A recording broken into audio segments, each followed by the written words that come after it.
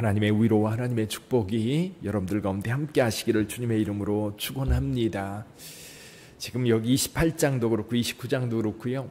에레미야, 누가 진짜 선지자냐? 누가 진짜 선지자냐? 라는 논쟁이 지금 계속되고 있습니다. 28장에서는 하나냐라고 하는 선지자가 이제 에레미야가 멍에를 메고 이제 줄을 메고 예루살렘에 돌아다니면서 바벨론의 멍에를 메라, 그렇게 예언하고 다닐 때에 이 하나냐가 예레미야의 멍에를 빼앗아 가지고 그걸 꺾어버립니다. 그러면서 하나님께서 바벨론의 멍에를 꺾었느니라. 그러면서 우리가 바벨론의 멍에로부터 벗어날 뿐만 아니라 바벨론에 옮겨진 성전 기구들과 바벨론 포로들이 2년 안에 돌아올 것이라고 예언을 했습니다. 여호와의 이름으로 여호와께서 말씀하시기를 그러면서 선포했습니다. 그러나 에레미야는 그 이야기를 조롱하지요. 조롱하면서 뭐라고 얘기하느냐면 내가 선지자일진데 올해 안에 너 죽을 거다. 근데 사실 2달 만에 하나냐가 죽어요. 그리고 하나냐의 예언은 성취되지 않습니다. 그런 상황 속에서 에레미야가 바벨론으로 포로로 끌려간 사람들에게 편지를 보냅니다. 이때는 기원전 597년에 있었던, 그때 이제 상당히 많은 사람이 바벨론 포로로 끌려가거든요. 그러니까 왕도, 그리고 왕후도, 내시들도, 그리고 예루살렘의 고관들, 그리고 기술이 있는 사람들. 그러니까 느부갓네살이 바벨론에다가 큰 이제 건축 공사라든지 이런 토목 공사를 하려고 각지에서 기술자들을 불러 모았던 겁니다. 그때 예루살렘에서도 상당히 많은 사람들이 포로로 끌려가게 됩니다. 근데 에레미야가 그들에게 편지를 보내가지고 그들에게 말합니다. 거기서 집 짓고 텃밭 가꾸고 결혼하고 애 낳고 거기서 살아라. 거기에 사는 동안 인구가 줄어들지 않게 하라. 그리고 너희가 사는 도시를 위해서 기도해라. 그 도시가 평안하면 너희도 평안할 것이다. 맞는 말이죠. 우리가 사는 지역이 평안해야 그 지역 안에 있는 그리스도인들도 평안한 겁니다. 그러면서 그러나 때가 되면 하나님께서 너희를 예루살렘으로 돌아오게 할 것이다. 근데 그때가 몇 년이에요? 70년이. 그때가 70년. 18절 한번 볼까요? 18절, 아니요, 8절이요. 10절이요. 10절 같이 읽어봅니다. 여호와께서 이와 같이 말씀하시니라.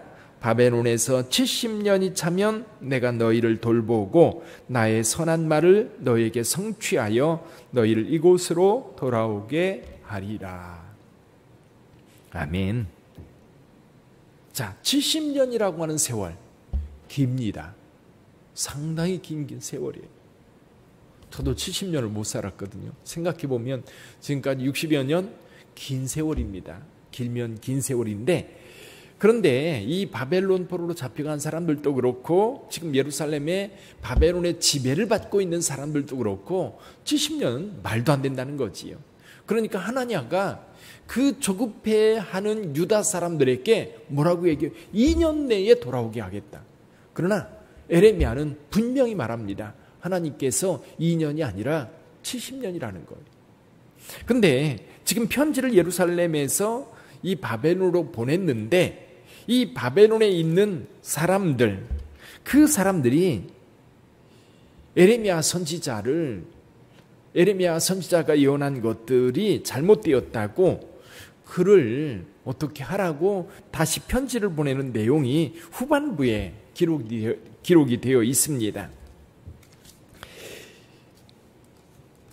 여기 이제 스마야에게 이제 그 24절에 보면 스마야에게 말합니다. 거기에 있는 사람들이 에레미야의 말이 옳지 않다는 거지요. 하나님의 말씀이 아니라고 반박을 하면서 편지를 보내는 내용이 24절 이하에 있습니다. 근데 오늘 우리가 거기에 초점 맞추기 전에 하나님께서 에레미야를 통해서 바벨론의 포로로 잡혀간 자들에게 메시지를 보내는데 그 메시지의 내용 가운데 이런 내용이 있습니다. 11절 한번 보시죠. 11절 같이 한번 읽어봅니다. 여호와의 말씀이니라. 너희를 향한 나의 생각을 내가 아나니 평안이요 재앙이 아니니라. 너희에게 미래와 희망을 주는 것이니라. 아멘. 이게 하나님의 뜻인 줄 믿습니다. 지금 유다에 남아있는 사람들에게도 하나님의 마음은 이거예요. 하나님은 그들에게 평안을 주고 싶은 거고 미래와 희망을 그들에게 심어주고 싶은 거예요. 그러나 유다 백성들이 거부하는 거지. 하나님의 말씀을 떠나고 우상을 섬기며 뿐만 아니라 불의를 행하면서 그들은 하나님이 우리를 평안하게 이끌어 줄 거라고 헛된 기대를 하고 있는 겁니다. 근데 바벨론 포로로 옮겨진 자들, 그들을 향해서 에레미야는 분명하게 말합니다. 너희가 거기 옮겨져서 거기서 불안해하지 마라. 내가 너희들에게 뭘 주겠다? 평안을 주겠다. 재앙이 아니라 평안이니라. 근데 생각해 보니까요, 바벨론 포로로 잡혀간 사람들 거기서 무슨 불의를 행할 수 있을까요? 지금 바벨론의 지배를 받고 있고 고향을 떠나서 거기에 가 있는 그들은 어떻게든지 살아남는 게 중요해요. 그러다 보니까 사실 거기 모인 사람들은, 바벨론의 포로로 잡혀간 사람들은 예루살렘에 살 때처럼 자유롭게 악을 행하고 불의를 행하고 또 우상을 섬기고 그럴 여지가 없습니다. 그러니까 오히려 에레미야는 그들에게 거기에서 하나님께서 너에게 평안을 준다. 거기서 평안히, 도시의 평안을 위해서 기도하면서 거기서 안정되게 자리 잡고 살아라. 때가 되면 돌아오게 할 것이다. 그러면서 이렇게 말합니다. 12절, 13절 같이 읽어보지요. 너희가 내게 부르짖으며 내게 와서 기도하면 내가 너희들의 기도를 들을 것이요 너희가 온 마음으로 나를 구하면 나를 찾을 것이요 나를 만나리라. 할렐루야. 오늘 이 말씀은 오늘 우리에게 주시는 말씀인 줄 믿습니다. 오늘 이 새벽에도 두 가지 오늘 우리에게 주신 말씀이에요. 오늘날도 참으로 혼란스러운 시대에 저와 여러분들이 살고 있습니다. 어제 아이삭이 부산을 비롯해서 동해안 쪽을 휩쓸고 지나갔는데 피해가 어마어마해요. 사진에 보니까 풍력발전기 있지요. 풍력발전기가 그대로 쓰러진 모습을 봤어요. 이쪽에 바비가 왔을 때는 이 서해안에서 더 먼, 여기 이제 육지에서 100km 이상 떨어진 곳으로 올라가면서 피해가 적었는데 이번엔 상당히 컸던 겁니다. 근데 태풍이 또 하나 또 올라와요. 그리고 정치적으로도 많이 혼란스러운 시대, 코로나 바이러스로 인하여서 경제가 완전히 침체되고 있는 상황입니다. 사실 엎친 데 덮친다고요.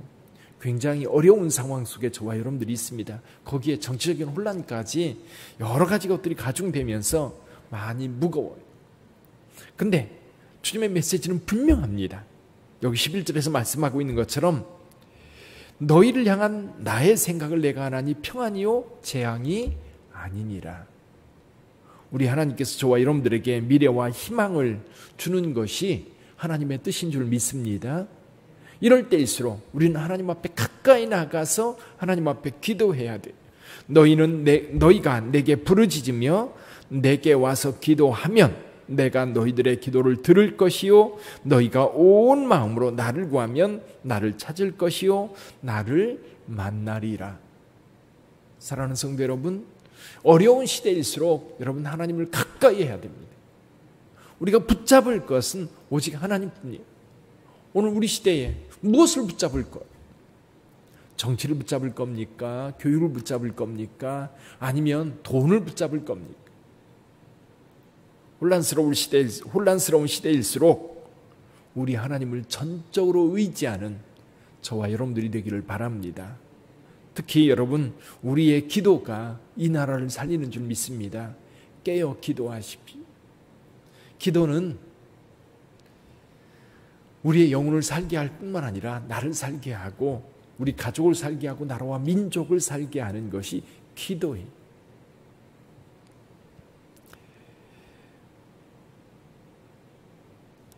그래서 바벨론에 있는 그들에게 하나님께 돌아오는, 그게 바벨론으로 포로로 옮겨진 것, 우리가 볼 때에 바벨론 포로로 잡혀간 그것이 그들에게는 너무나도 큰 재앙이요 불행이라고 이 예루살렘에 남아있는 자들은 그렇게 생각할 거예요.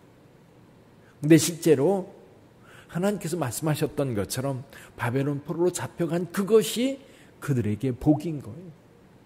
그들에게. 오히려 우리에게 재앙이 있을 때 하나님을 가까이 함으로 오히려 그 재앙이 변하여 복이 되는 겁니다.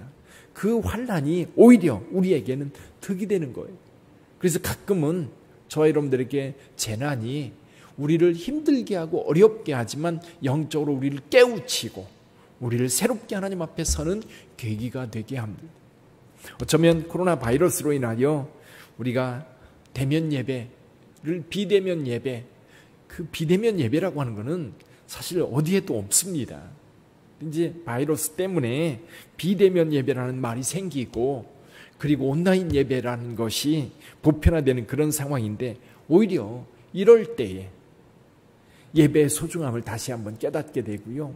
우리 하나님 앞에 가까이 나가는 것이 얼마나 소중한 것이고 성도 간의 따뜻한 교제가 얼마나 그리운 건지 그 본질들을 알게 하는 기회가 되는 거예요. 그래서 오히려 코로나 바이러스 때에 저와 여러분들이 하나님 앞에 깊이 기도하면서 여기 너희가 온 마음으로 나를 구하면 나를 찾을 것이요 나를 만나리라. 그 하나님을 만나 그 하나님과 함께하는 더 친밀한 하나님과의 교제를 나눌 수 있는 이 시기가 되기를 주님의 이름으로 축원합니다. 기도하겠습니다.